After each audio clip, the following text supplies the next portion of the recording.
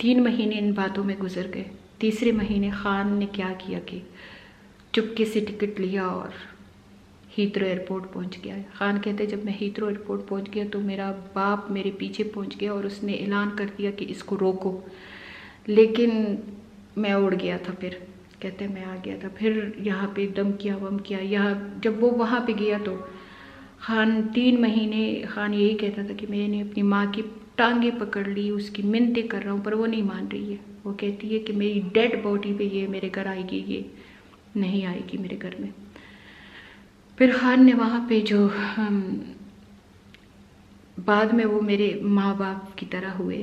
میں نے آپ لوگوں کو کہا تھا کہ مجھے اللہ نے UK میں بھی ماں باپ دیے ہیں. ان لوگوں کو بھی خان نے رجوع کیا کہ میرے باپ پہ جرگہ کرو, میرے ماں پہ جرگہ کرو, یہ میری بیوی ہے, اس کو قبول کرے, یہ کرے وہ کرے. اس نے خیر وہاں پہ کارڈف میں کسی بندے کو خان نے نہیں چھوڑا. وہاں ایک حیدر زمان بھائی تھے, اس کو ڈاکٹر فقیر محمد خان تھے, اس کو مولانا یعقوب کو, ہر کسی کو. خان کے بیسٹ فرینڈ تھے ڈاکٹر فضل رحمان, اس کو سب کو خان نے بیچ میں ڈال دیا کہ میرے ماں باپ کو راضی کرو کہ میں اپنی بیوی کو لے آؤں. تو انہوں نے کہا نہیں, اوور آور ڈیڈ باڈی تم نہیں لے کے آ سکتے ہو, یہ ہے ہی نہیں, ہماری بہو ہی نہیں ہے. اور بس یہی ایک قصہ کہ یہ تمہاری بیوی ہے ہی نہیں, ہم مانتی نہیں یہ تمہاری بیوی ہے, وہ ہے ہی نہیں. اور لوگوں کو بھی یہ کہتے تھے کہ یہ جھوٹ بول رہے ہیں, یہ اس کی بیوی ہے ہی نہیں, میرے بیٹے نے شادی نہیں کی. پھر بات مشہور کر لی کہ ہاں میرے بیٹے نے مجبوری میں اس سے شادی کی ہے کیونکہ ان لوگوں نے اس کا برٹش پاسپورٹ چرا لیا تھا, تو میرے بیٹے کو مجبوری سے شادی کرنی پڑی. تو میں نے فون پہ خان سے پوچھا, میں نے کہا خان تم نے واقعی ایسے کہا ہے اپنی ماں کو, کیونکہ ہمارا ایک خاندان تھا, باتیں پہنچتی تھی. تو میں نے کہا وہ تو سب کہہ رہے ہیں کہ تم نے مجھ سے مجبوری میں شادی کی ہے کہ تمہارا برٹش پاسپورٹ ہم نے چرایا تھا. میں نے کہا کب, کس نے چرایا تھا تمہارا برٹش پاسپورٹ؟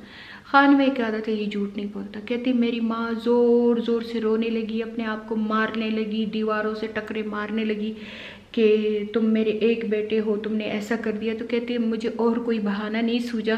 تو کہتے بس میں نے کہا میں اس کو کیسے چپ کراؤں, میں اس کو کیسے چپ کراؤں. تو کہتے میں نے اس کو یہ کہہ کے چپ کرا دیا کہ میں نہیں کرنا چاہتا تھا تمہارے بغیر شادی تھا, لیکن میرا برٹش پاسپورٹ انہوں نے چھپا لیا تھا. وہ بات آج بھی مجھے یاد آتی ہے. مجھے اتنی شرم آ جاتی ہے کہ کیوں خان نے ایسا کہا تھا, کیوں کہا تھا ایسے, کیوں نہیں کہا کہ میں اس کے بغیر رہ نہیں سکتا تھا, میں اس پہ عاشق تھا. تو اس بات کے لیے بھی میں جب مجھے ڈپریشن ہوا نا تو یہ بات مجھے بار بار یاد آتی تھی کہ اس نے ایسا کیوں کہا, کیوں ایسا اپنی ماں کو کہا. ہمیں تو پتہ بھی نہیں تھا, میری ماں بیچاری کو تو پتہ بھی نہیں تھا کہ اس کے پاس برٹش پاسپورٹ ہے کہ نہیں. 3 مہینے بعد خان آیا. خان نے پھر 1-2-3 ویک میرے ساتھ گزارے. پھر یہ تھا میری امی کو تھوڑا سہارا ہوا کہ چلو یہ آ گیا ہے. تب میں ہوئی تقریباً 15 سال کی. 15 سال کی عمر میں بہت میچور ہو گئی تھی اور تھوڑا سا سمجھ گئی تھی کہ میں بوجھ ہوں, اپنے اس ماں باپ کے گھر میں بھی بوجھ ہوں جو مجھے پرنسس سمجھتے تھے. میں ان کے لیے بھی ایک ڈبہ ہوں, داغ ہوں, ایک رسوائی ہوں ان کے لیے بھی, اور خان کے خاندان کے لیے بھی ایک جسٹ پیس آف شٹ ہوں. تب 15 سال کی عمر میں اتنی میچور ہو گئی کہ میں آپ کو بتا نہیں سکتی. 5-6 مہینوں میں, کیونکہ تقریباً 14.5 سال کی تھی کہ رخصتی ہوئی. پھر خان 3 مہینے ادھر رہا UK میں, پھر واپس آیا تو میری 15 برتھ ڈے ہو گئی تھی. تقریباً اسی طرح خان ہر 2 مہینے بعد آ جایا کرتا تھا اور میں بس اسی میں خوش ہوتی تھی کہ یہ آ جاتا ہے. میرے لیے شیمپو کی بوتلیں اور یہ لے کے آیا کرتا تھا. تو میں نے میٹرک کی دیا اور میں بہت اچھے نمبروں سے پاس بھی ہو گئی تھی, اور میری امی نے میرا ایڈمیشن فرسٹ ایئر میں کرایا کہ یہ ڈاکٹر بنے گی، لیکن میں ڈاکٹر کیسے بنتی؟ ایک تو پریگننٹ تھی، چھوٹی سی عمر تھی،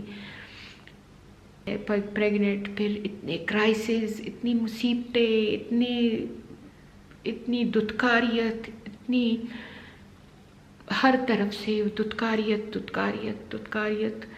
ماں باپ کے دکھ کا باعث میرے ماں باپ نے بہت کیا، یہاں تک کہ میری ساس آتی تھی یو کے سے تو میرے ماں باپ وہاں ایئرپورٹ پہ جا کے تو اس کے لیے کیا کچھ نہیں کرتے تھے، پر وہ ٹس سے مس نہیں ہوئی۔ اگست میں میری برتھ ڈے تھی 16، اور نافیہ پیدا ہوئی۔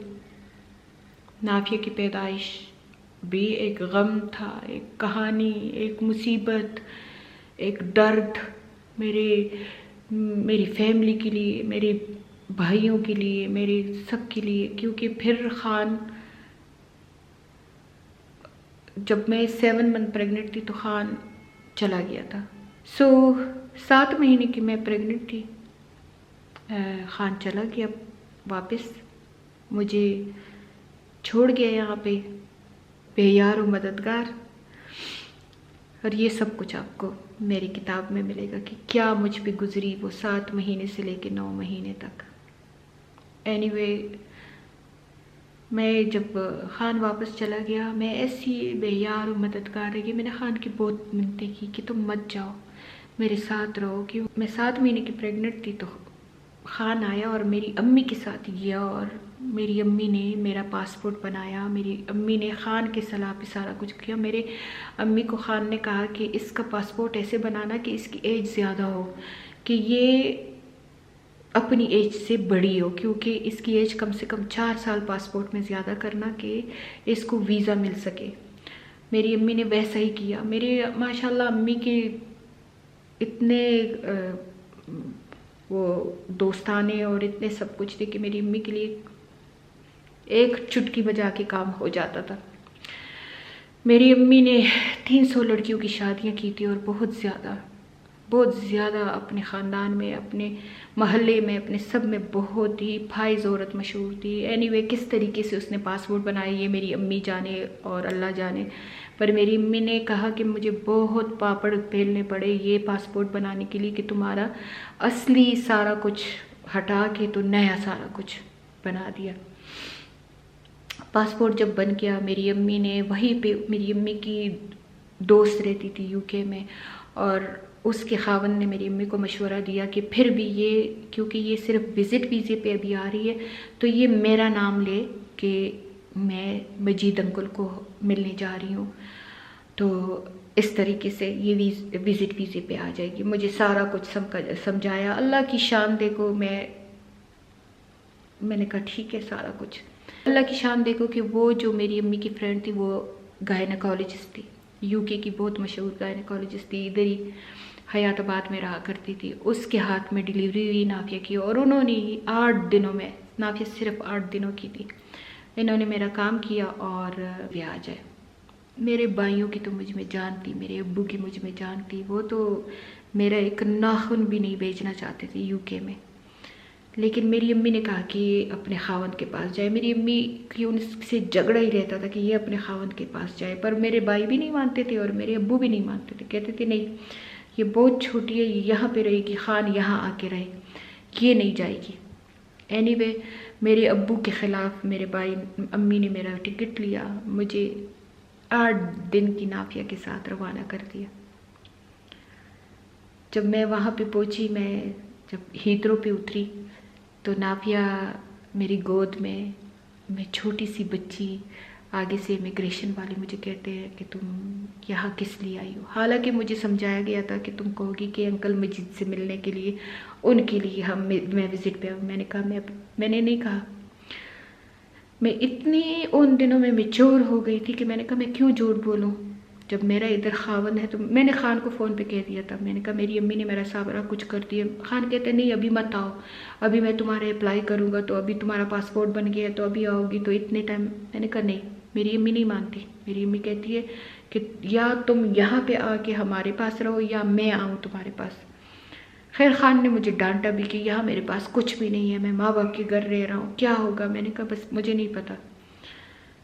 خان نے غصے سے فون بند کر دیا، میں چلی گئی۔ تو خان کو میں نے کہا تمہیں پتہ چل جائے گا، میں آ جاؤں گی۔ میں خیر ایئرپورٹ پہ گئی تو میں نے کہا ہاں ادھر ایک انکل مجید مجھے لینے کے لیے، کہتے تمہیں کون لینے کے آیا؟ میں نے کہا انکل مجید لینے کے لیے آیا ہے، لیکن میرا یہاں پہ خاوند ہے اور میں اس کے لیے آئی ہوں، یہ اس کی بیٹی ہے۔ کہتے اچھا، کہتے تم اپنے انکل کو ملنے نہیں آئی؟ میں نے کہا نہیں، میں نے کہا میں اصل میں اپنے خاوند کو ملنے کے لیے آئی ہوں۔ میں کہا اور جب وہ نافیہ میں 7 منتھ کی پریگننٹ تھی تو بس یہ بات مشہور ہو گئی تھی خاندان میں کہ اب خان نہیں آئے گا، اس کی ماں نے اس کو اب روک لیا ہے۔ اور واقعی 3 مہینے گزر گئے نہ وہ آیا، بس فون پہ بات ہوتی تھی۔ خیر خان کہتا تھا یہ سب جھوٹ ہے، لیکن اینی وے پھر میں یہ کہانی کہتی ہوئی نا بس وہ کہتے ہیں نا دل منہ کو آ رہا ہے۔ سو پھر اس نے ایسا کر دیا کہ میں ایئرپورٹ پہنچ گئی۔ ایئرپورٹ پہ میں نے سب کچھ سچ کہہ دیا۔ سچ کہنے کے بعد کیا ہوا اس vlog میں نہیں ہوگا، پارٹ 3 دیکھیے۔ تب تک کے لیے اجازت، اللہ حافظ۔